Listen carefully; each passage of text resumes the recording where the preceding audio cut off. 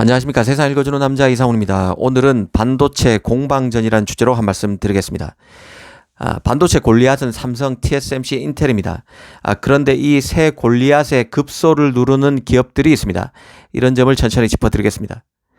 사실 글로벌 시장에서 벌어지고 있는 반도체 공방전을 러프하게 표현하면 이렇습니다. 미국의 세국 정책, 중국의 자유무역, 유럽의 특화 전략입니다. 뭐가 뒤바뀐 것 같지만 이게 현실입니다.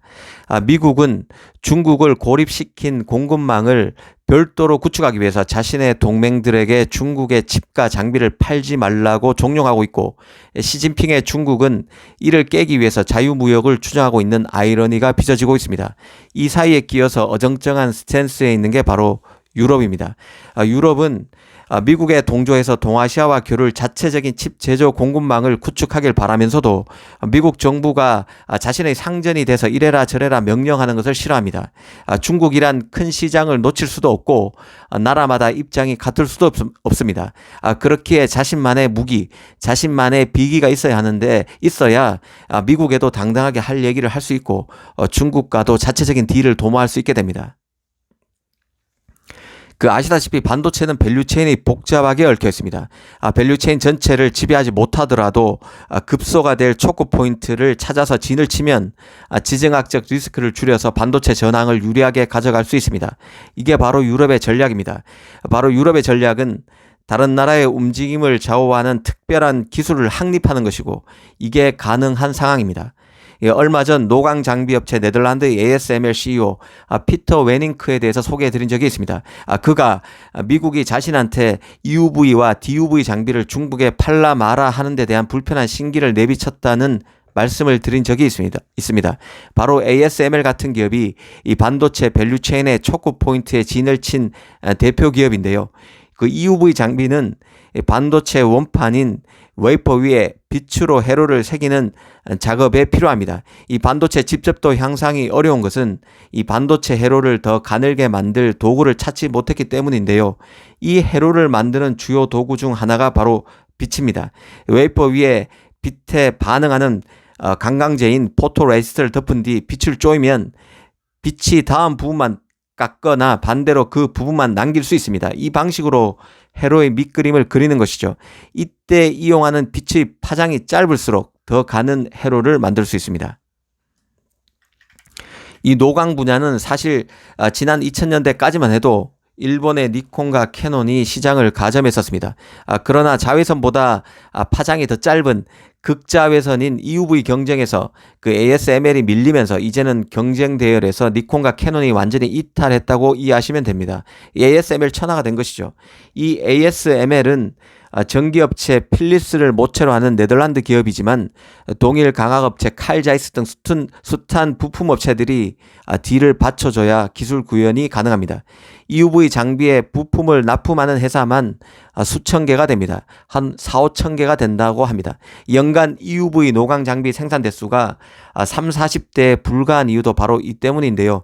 이 장비 생산 대수를 늘리려면 ASML뿐만 아니라 관련 부품 회사도 같은 의사결정을 해줘야 합니다. 이 관련 부품 회사도 투자를 해서 생산 캐파를 늘려야 하기에 이런 것들이 톱니바퀴처럼 맞물려서 돌아가기가 쉽지가 않습니다.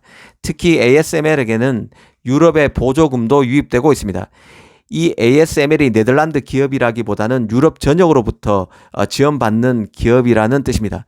이 벨기에 연구기업인 아이맥도 그런 업체 중에 하나인데요. 이 아이맥은 TSMC, 삼성, 인텔 등이 반도체 시제품을 만들기 위해서 활용하는 연구소입니다. 최근 아이맥은 벨기에에서 1나노 이하 로드맵을 공유했었는데요. 이 1나노 이하 로드맵도 TSMC, 삼성, 인텔은 물론 ASML 같은 장비 업체와 협력해서 내놓은 것입니다. 2036년까지 로드맵을 내놨는데 TSMC로 치면 3나노까지 지속되는 표준 핀팻 트랜지스터에서 게이트 올 어라운드 공정, 그리고 포크 시트 디자인 등 2나노 공정을 비롯해서 1나노 미만의 프로세서 노드를 다 포함시켰습니다.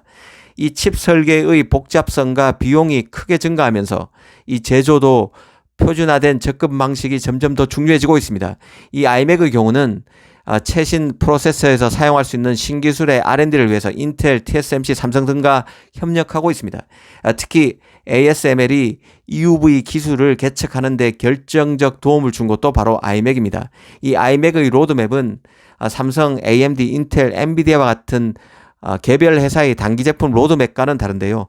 이 반도체 산업의 발전을 훨씬 더 길게 보고 반도체 기업의 성장을 위한 초석을 놓는 기업이 바로 아이맥입니다. 이 아이맥에서 더 놀라운 것은 공동 연구 프로젝트가 많다는 것입니다.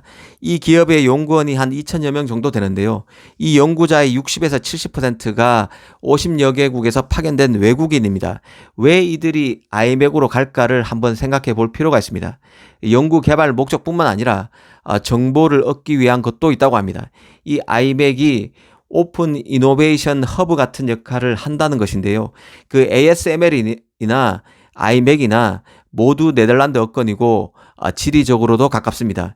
이 아이맥을 경유해서 최신 정보가 흘러 들어가기 때문에 세계적 메이커가 어떤 고민을 하고 있고 어떤 해결책을 요구하고 있는지 ASML이 모두 깨고 있다고 이해하시면 됩니다. 예전에 도쿄 일렉트론 전 회장 같은 경우도 이런 점을 지적한 적이 있습니다.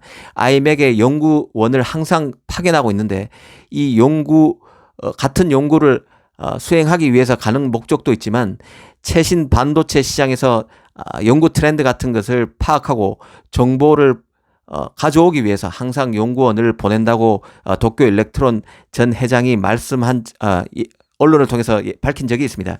이런 그 ASML, 아이맥 같은 기업이 있기에 유럽이 반도체 시장에서 여전히 막강한 영향력을 행사하고 이해하시면 될 것 같습니다. 또 하나 짚을 기업이 바로 영국의 ARM인데요. 이 소프트뱅크에 인수됐지만 ARM은 명색이 유럽 기업입니다. 그 엔비디아가 ARM 인수에 실패하고 이 퀄컴의 소송을 걸어서 법정 다툼을 하고 있는 게 바로 ARM입니다. 영국의 자존심 같은 기업, 유럽의 반도체 자존심 같은 기업이 그 반도체 설계 IP 업체인 ARM이라는 것을 잊지 말아야 합니다. 이런 뿌리를 알아야 현실에서 ARM 주위에서 일어나는 잠묵결과 같은 일들에 대한 농도 깊은 이해가 가능해집니다. 일전에 그 독점 기업의 경우는 독점 회사가 만드는 제품의 수요 기업들이 지분 투자를 하는 경우가 많다는 말씀을 드린 적이 있습니다.